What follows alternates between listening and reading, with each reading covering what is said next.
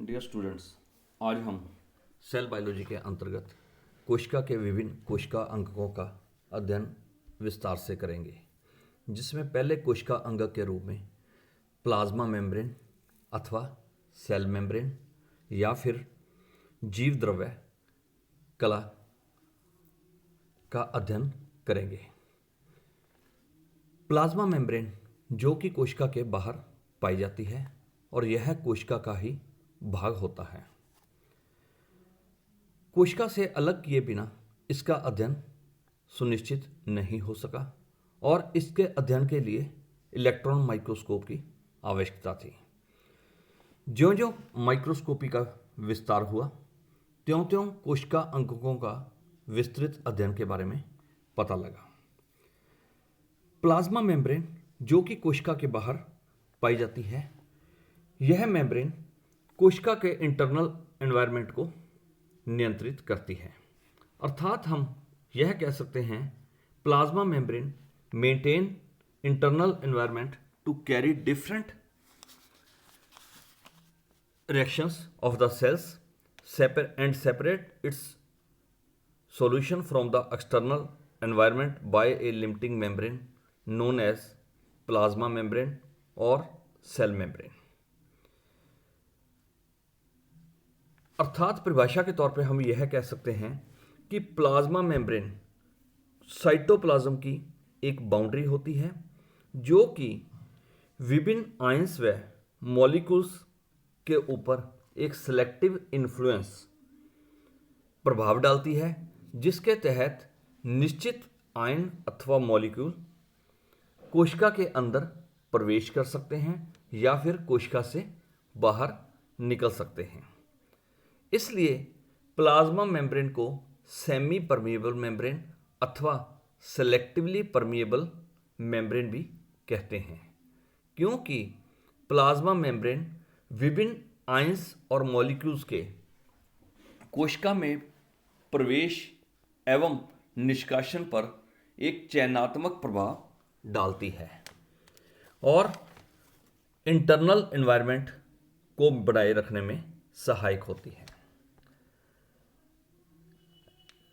सबसे पहले plasma membrane के बारे में ओवरटोन ने बताया था, परंतु कोशिका इसका नामकरण कोशिका द्रव्य के बाहर पाए जाने के कारण इसका नाम सेल मेम्ब्रेन रखा। सेल मेम्ब्रेन शब्द का प्रयोग नगेली 1855 ने दिया, जबकि इसे प्लाज्मा मेम्ब्रेन अर्थात जीव द्रव्य कला भी कहा गया, क्योंकि प्रोटोप्लाज्म के बाहर यह झिल्ली पाई जाती है और प्लाज्मा मेम्ब्रेन का प्रयोग जे प्लोव द्वारा 1831 में किया गया। प्लांट सेल में प्लाज्मा मेम्ब्रेन के बाहर एक थिक प्रोटेक्टिव कवरिंग भी पाई जाती है जो कि सेलुलोज से निर्मित होती है, जिसे सेल वॉल कहा जाता है, जबकि प्राणी कोशिकाओं में सेल वॉल अर्थात कोशिका भित्ति अनुपस्थित होती है। इसके बाद हम चलते हैं प्लाज्मा मेम्ब्रेन की थिकनेस। अगर प्राणी कोशिकाओं में औसतन थिकनेस का अध्ययन किया जाए तो इसकी थिकनेस लगभग 7.5 नैनोमीटर अर्थात 75 एंगस्ट्रॉम होती है और अलग अलग कोशिकाओं में इसकी थिकनेस भी अलग अलग प्रकार से होती है। इंटेस्टाइनल एपिथेलियम में यह 8.5 नैनोमीटर होती है, जबकि आरबीसी ऑफ मैमल में यह 21.5 नैनोमीटर की होती है और आरबीसी ऑफ मैमल में ही इसकी स्टडी के बारे में अधिक जानकारी प्राप्त हुई, क्योंकि हम आरबीसी की प्लाज्मा मेम्ब्रेन को विशेष प्रकार की प्रक्रिया ऑस्मोसिस द्वारा साइटोप्लाज्म से अलग कर सकते हैं।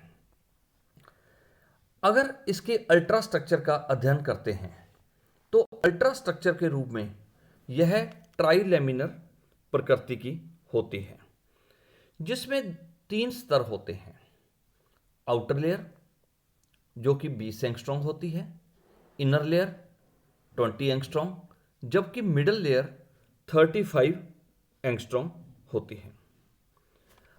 आउटर लेयर मुख्यतः प्रोटीन की बनी होती है एवं प्रोटीन के साथ साथ हाइड्रोफिलिक एंड ऑफ फॉस्फोलिपिड से मिलकर बनी होती है, जबकि इनर लेयर भी प्रोटीन के स्तर के साथ साथ फॉस्फोलिपिड के हेड एंड अर्थात हाइड्रोफिलिक एंड से मिलकर बनी होती है। जबकि जो मिडल लेयर होती है यह फॉस्फोलिपिड के हाइड्रोफोबिक एंड अर्थात जल रागी सिरों से मिलकर बनी होती है, जो कि मुख्यतः विशेष प्रकार के फैटी एसिड से मिलकर बनी होती है, जैसा कि सेकंड डायग्राम में दर्शाया गया है। मिडल लेयर में end of fatty acid group पाए जाते हैं, जबकि आउटर लेयर में प्रोटीन प्लस हेड एंड अर्थात हाइड्रोफिलिक एंड ऑफ फॉस्फोलिपिड पाए जाते हैं। इसके बाद हम इसकी केमिकल कंपोजिशन पर चलते हैं। केमिकली प्लाज्मा मेम्ब्रेन मुख्यतः 52% प्रोटीन, 40% लिपिड एवं 8% कार्बोहाइड्रेट से मिलकर बनी होती है, और कार्बोहाइड्रेट में भी मुख्यतः ओलिगोसैकेराइड्स होते हैं। जैसा कि दी गई सारणी में विभिन्न कोशिकाओं में प्रोटीन, विभिन्न कोशिकाओं प्लाज्मा मेम्ब्रेन में प्रोटीन, लिपिड एवं कार्बोहाइड्रेट की केमिकल कंपोजिशन के परसेंटेज का अनुपात दिया गया है। प्लाज्मा मेम्ब्रेन में मुख्य घटक के रूप में लिपिड पाया जाता है, जो कि 40% होता है, और प्लाज्मा मेम्ब्रेन के लिपिड में मुख्य लिपिड फॉस्फोलिपिड, कोलेस्ट्रॉल तथा ग्लैक्टोलिपिड पाए जाते हैं, और लिपिड में लगभग 90% तक फॉस्फोलिपिड पाया जाता है। अगर हम फॉस्फोलिपिड की बात करें तो फॉस्फोलिपिड एम्फीपैथिक प्रकृति का होता है, जो कि इलोंगेटेड मॉलिक्यूल एवं एसिमेट्रिकल होता है।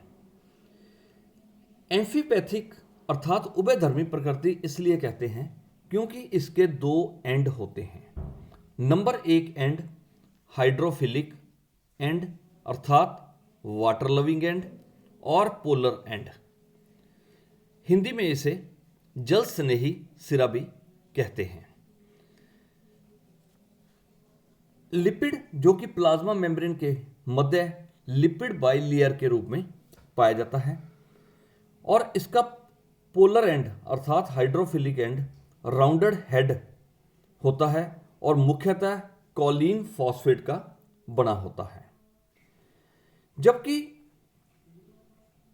हाइड्रोफोबिक एंड जो कि वाटर हेटिंग और नॉन पोलर एंड कहलाता है, हिंदी में इसे जल रागी सिरा भी कहते हैं, और यह एंड प्लाज्मा मेम्ब्रेन के अंदर की ओर इंगित होते हैं, और यह भी लिपिड बाइलेयर के रूप में होता है।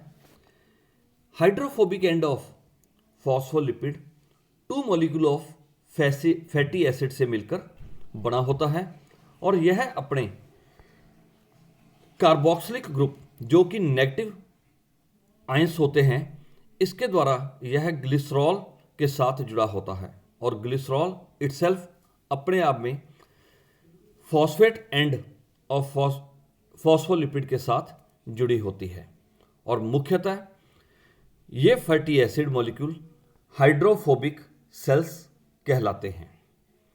और लिपिड के प्रति एम्फीपैथी की टर्म मुख्यतः हर्ले 1936 द्वारा दी गई है, जिसमें हाइड्रोफोबिक वाटर हीटिंग एंड और hydrophilic water loving polar and कहलाते हैं। प्लाज्मा मेम्ब्रेन में नॉन पोलर एंड अंदर की ओर डायरेक्टेड होते हैं, जबकि polar end of lipid outer side की ओर इंगित होते हैं। फॉस्फोलिपिड पुनः दो प्रकार के होते हैं। नंबर एक न्यूट्रल फॉस्फोलिपिड और नंबर दो एसिडिक फॉस्फोलिपिड। न्यूट्रल फॉस्फोलिपिड के रूप में यह मुख्यतः फॉस्फोटाइडिल कोलिन, फॉस्फोटाइडिल इथेनॉल अमीन, लेसिथिन, सेर्ब्रोसाइड एवं स्फिंगोमाइलिन के बने होते हैं। जबकि एसिडिक फॉस्फोलिपिड के रूप में यह phosphatidyl inositol, phosphatidyl serine, phosphatidyl glycerol एवं सल्फोलिपिड से मिलकर बने होते हैं।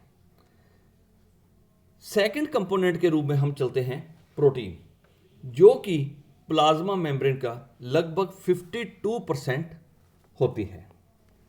और लिपिड के समान यह भी दो प्रकार की होती है। सिंगर के अनुसार इसकी स्थिति के आधार पर यह दो प्रकार की होती है, जिसे क्रमशः नंबर एक एक्सट्रिंसिक प्रोटीन और नंबर दो इंट्रिंसिक प्रोटीन कहते हैं। नंबर एक एक्सट्रिंसिक प्रोटीन पेरिफेरल प्रोटीन या फिर हिंदी में इसे परिधीय प्रोटीन कहते हैं। यह कुल प्रोटीन का लगभग 30% बनाती है और यह प्लाज्मा मेम्ब्रेन की लेयर के साथ लूजली एसोसिएटेड होती है। इसे लिपिड के पोलर एंड के साथ आसानी से अलग किया जा सकता है। अगर हम कोशिका की पीएच को हल्का सा परिवर्तित कर दें तो यह पोलर एंड ऑफ फॉस्फोलिपिड से आसानी से अलग हो सकती है।